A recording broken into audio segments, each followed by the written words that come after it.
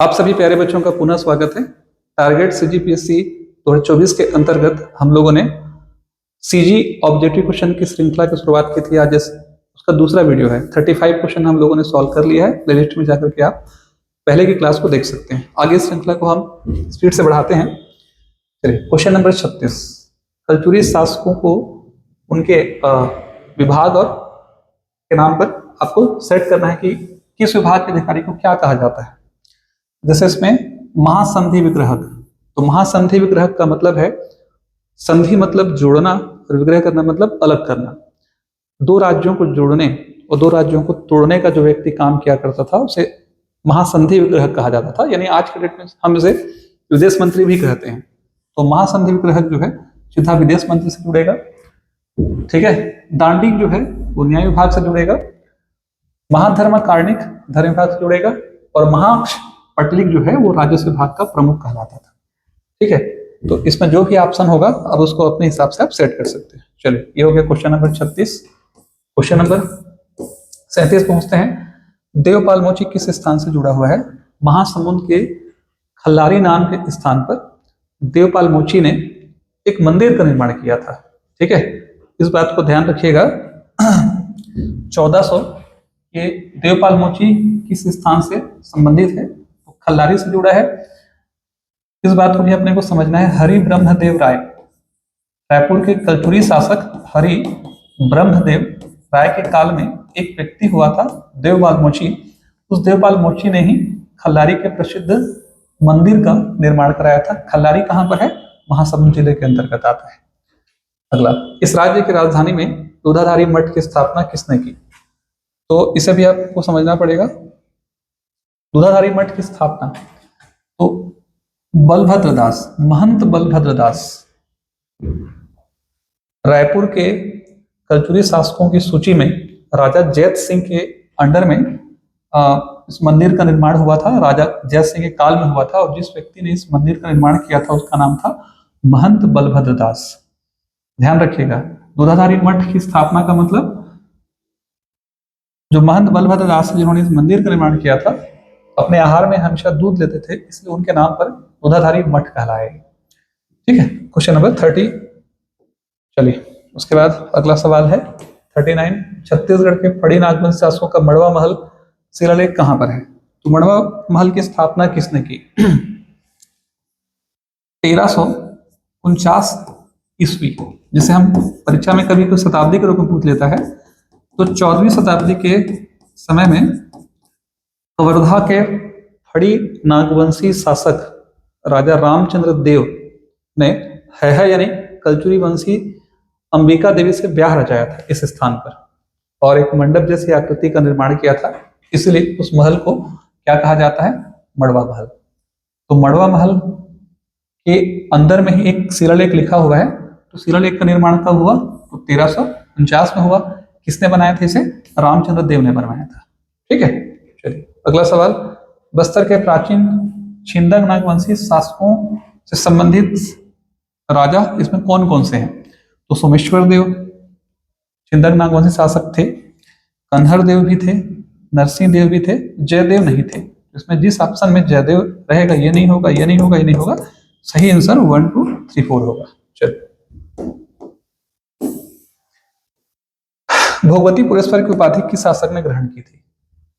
भोगवतीपुर अपने आप को ये लोग जिस क्षेत्र में इनका शासन था बस्तर के क्षेत्र में छिंदक नागवंशी शासकों का, तो उस एरिया को लोग भोगवतीपुर बोलते थे और उन्होंने उसी के आधार पर भोगवतीपुरेश्वर की उपाधि धारण की थी। तो भोगवतीपुरेश्वर की उपाधि धारण की थी किसने? छिंदक नागवंशी शासकों द्वारा ये उपाधि धारण की गई थी। छिंदक नागवंशी शासकों की स्थापना किस सन में हुई थी? तो 1023 में छिंदक नागवंशी शासकों की स्थापना की गई थी। ध्यान रखिएगा, कुरुषपाल अभिलेख सोमेश्वर देव प्रथम के द्वारा, ठीक है।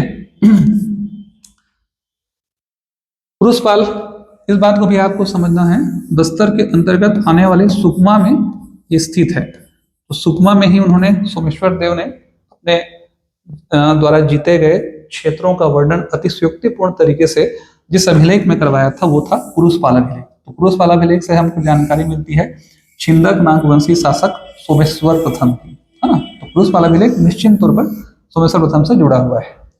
अगला सवाल है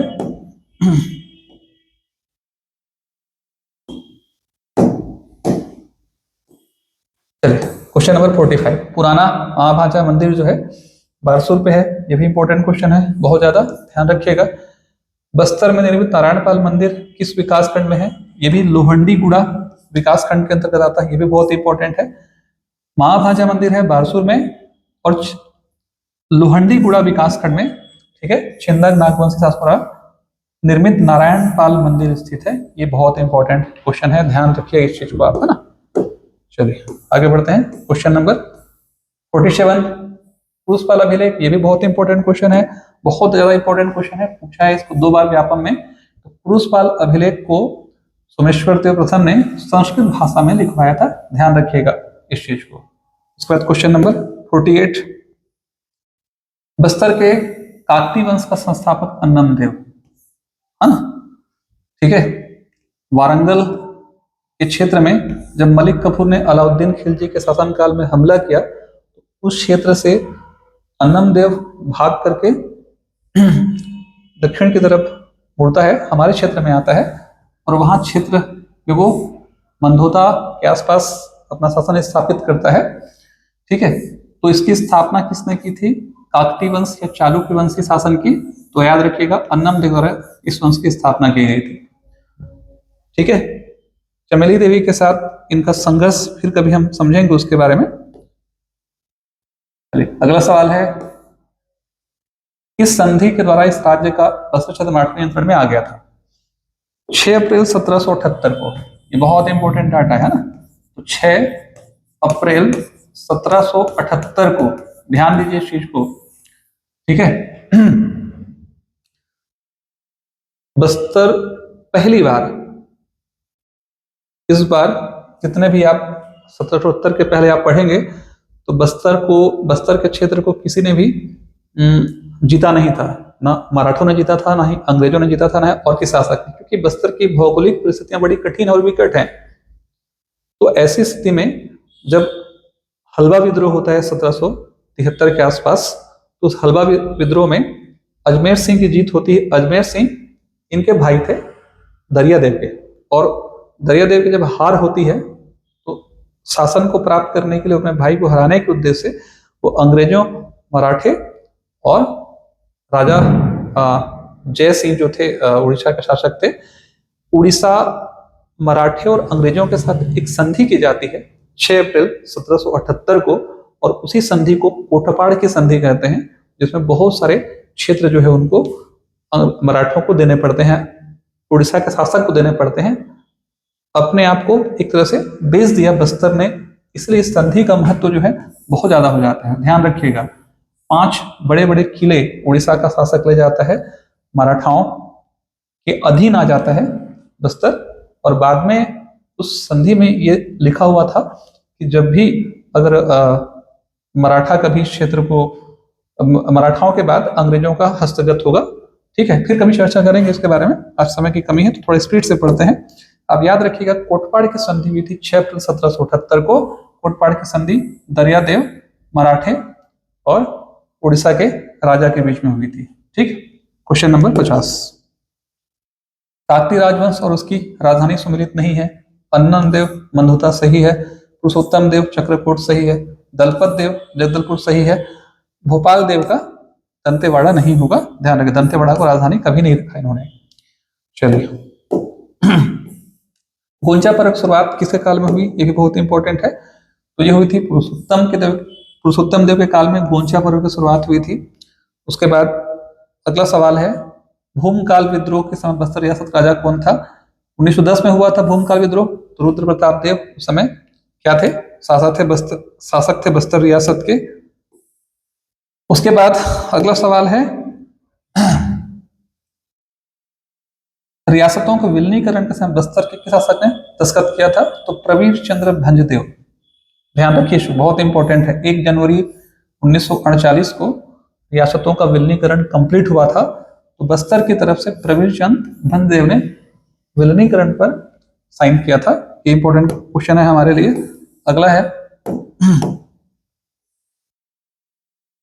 बस्तर की रानी जुगराज कुंवर ने अपने राजा के विरुद्ध जो है विद्रोह कब किया था?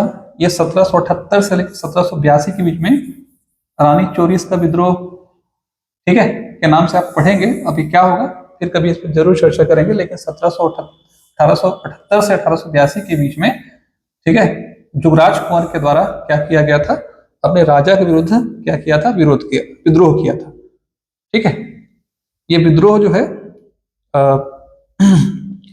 किसी शासन को न लेकर के राजा ने किसी दूसरी पत्नी को अपने पास रखा था, उसके विरोध में किया था। अनोखा प्रकार का ये विरोध था। तो बेटर रहेगा कि विद्रोह की बजाय जो है विरोध होना चाहिए, लेकिन बुक वगैरह में क्वेश्चन वगैरह जब पूछा भी था तो विद्रोह शब्द ही प्रयोग किया गया था। चलिए, इसके बाद अगला सवाल है, जगदलपुर का दलपत सागर किन शासकों ने बनाया था? क्योंकि काकतीय वंशी शासन लास्ट तक रहा 1939 तक, तो निश्चित तौर पर इसमें जगदलपुर का दलपत सागर जो है उन्होंने ही बनाया था। काकतीय वंश आंख बंद करके लगा लीजिएगा। अगला सवाल है,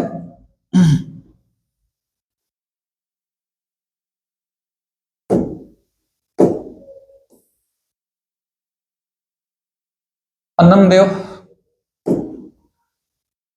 उसके बाद फिर पुरुषोत्तम देव, उसके बाद फिर नर्स।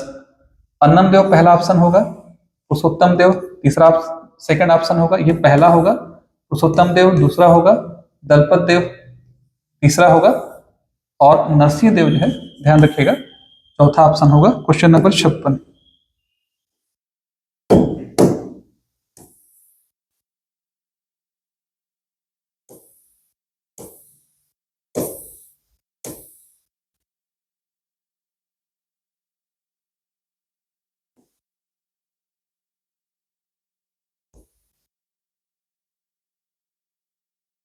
एक बार मैं रिपीट करता हूं, ये पहला होगा, ये दूसरा होगा, ये तीसरा होगा, और ये क्या होगा? चौथा होगा। ठीक है, चलिए आगे बढ़ते हैं। इसके बाद सीधा पहुंच जाइए आप जो है, ठीक है, 14वीं शताब्दी में बस्तर में चालुक्य वंश की स्थापना किसने की? तो ये सवाल हमने पहले भी पढ़ा है। अभी अन्नमदेव द्वारा चालुक्य वंश के शासन की स्थापना हुई थी। उसके बाद अगला जो सवाल है, ध्यान रखिए इस चीज को, दंतेवाड़ा में प्राप्त बस्तर 1760 का छत्तीसगढ़ी मिश्रित गद्य किस राजा से संबंधित है? 1760 का छत्तीसगढ़ी मिश्रित गद्य शिलालेख किस राजा से संबंधित है?